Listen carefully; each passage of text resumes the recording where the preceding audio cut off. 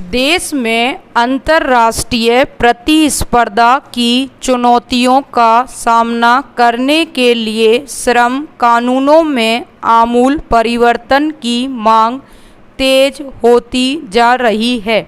उद्योग जगत का कहना है कि मुक्त व्यापार की ओर विदेशी पूंजी निवेश के इस दौर में पुरानी श्रम नीति और औद्योगिक संबंध कानूनों को बदला ना गया तो घरेलू उद्योग विदेशी प्रतिस्पर्धा में पिट जाएंगे और इसका अंततः उनकी श्रमिकों के हितों पर घातक प्रभाव पड़ेगा, जिनके हित संरक्षण के लिए यह कानून बनाए गए थे।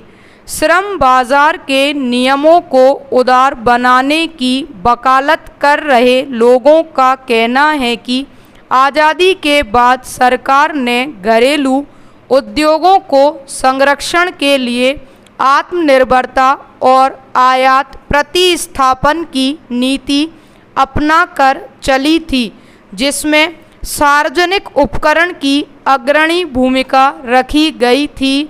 लेकिन 1920 के दशक में आंतरिक वित्तीय संकट और अंतर्राष्ट्रीय दबाव के चलते संरक्षण और आयात प्रतिस्थापन एवं आत्मनिर्भरता की जगह मुक्त अंतर्राष्ट्रीय व्यापार और विदेशी पूंजी निवेश को खुला बनाने की नीति अपनानी पड़ी। नए दौर में निर्यात बढ़ाने और सार्वजनिक क्षेत्र की बजाय निजी क्षेत्र को केंद्रीय भूमिका देने की तैयारी की जा रही है। ऐसे में निजी और सार्वजनिक क्षेत्र के उपक्रमों का पुनर्गठन जरूरी हो गया है। उद्योग जगत का मत है कि श्रम कानूनों को लचीला बनाए बिना ठीक से पुनर्गठन संभव नहीं हो सकेगा।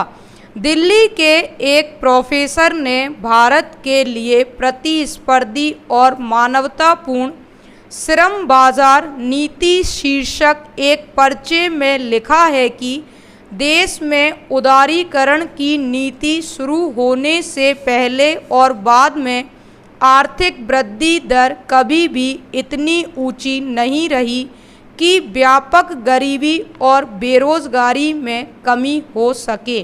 उनका कहना है कि बेरोजगारी खत्म करने के लिए आर्थिक वृद्धि दर जनसंख्या वृद्धि दर की कम से कम 4 गुना या 10% होनी चाहिए। इसके लिए निवेश तीव्र गति से बढ़ाया जाना चाहिए।